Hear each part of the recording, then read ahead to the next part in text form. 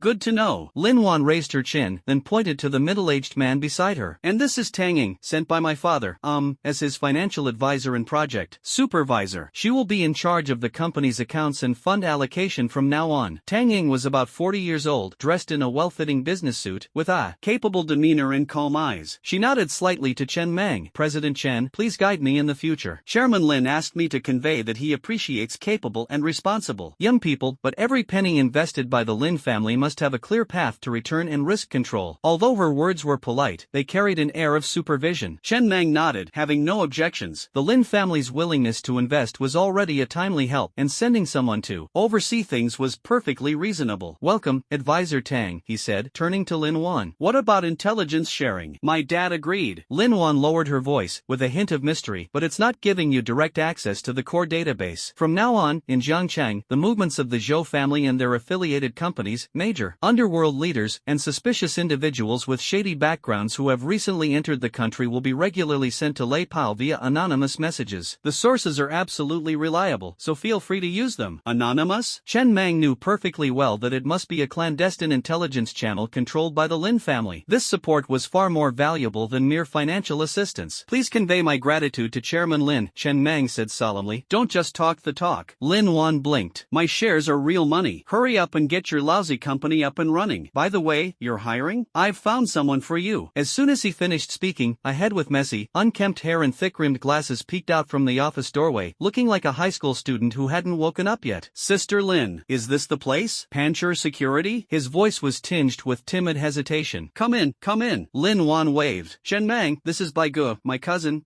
my distant cousin. Don't let his appearance fool you. He's incredibly skilled with computers. Firewalls are like paper in front of him. You needed intelligence talent, right? He's the one. Absolutely reliable. You can decide on the salary. Meals are all you need." White Dove. Chen Meng looked at the thin, seemingly unreliable young man before him, then glanced at Lin Wan's take-him-in-quickly expression, and his lips twitched slightly. But thinking of Lei Pao's mediocre hacking skills, he nodded anyway. "All right, he'll stay." Lei Pao, show him around and see what he can do. Lei Pao grinned and patted White Dove on the shoulder. "Kid, follow me, and I'll guarantee you'll live the high life." I guarantee you'll have a full lunch." White Dove shuddered from the pat, adjusted his glasses, and replied softly, Oh, okay, Brother Pao." The first non-military new blood of the Rock joined in such an extremely unreliable way. Lin Wan's support was just the beginning. Chen Meng's call to arms sent through Zhao Jiangwo's connection also quickly received a response. That afternoon, a man dressed in a faded, worn military uniform, carrying a well-worn military backpack and standing as tall and straight as a pine tree, knocked on the door of Panchur Security. His face was resolute, his eyes calm, and a faint scar on his left eyebrow added to his rugged appearance. He stood at the door like a javelin, his gaze sweeping over the empty office area and the cannons and doves in the corner, finally settling on Chen Meng. "Report." Hua Gang, former deputy battalion commander of the Reconnaissance Battalion of the Northeast Tiger Special Operations Brigade, codename Black Falcon, reporting for duty. The voice was loud and clear, carrying carrying the crispness and a hint of vicissitude unique to soldiers. Siberian tiger? Hua Heijuan? Lei Pao suddenly stood up, his face full of surprise. Damn, it's you! The one who lost to me by half a move in the military region's big competition back then. When Hua Gang saw Lei Pao, a hint of surprise and warmth flashed in his eyes. Lei Pao? Your leg. You're not crippled. I'll still beat you up. Lei Pao laughed and gave him a bear hug. Chen Mang carefully sized up Hua Gang. This man possessed a restrained aura, a steady gait, and sharp eyes, definitely a top-tier expert. Deputy Battalion Commander of the Reconnaissance Battalion? Uncle Zhao really delivered this time. He stood up, walked to Hua Gang, and extended his hand. Chen Mang, welcome to Pan Shi.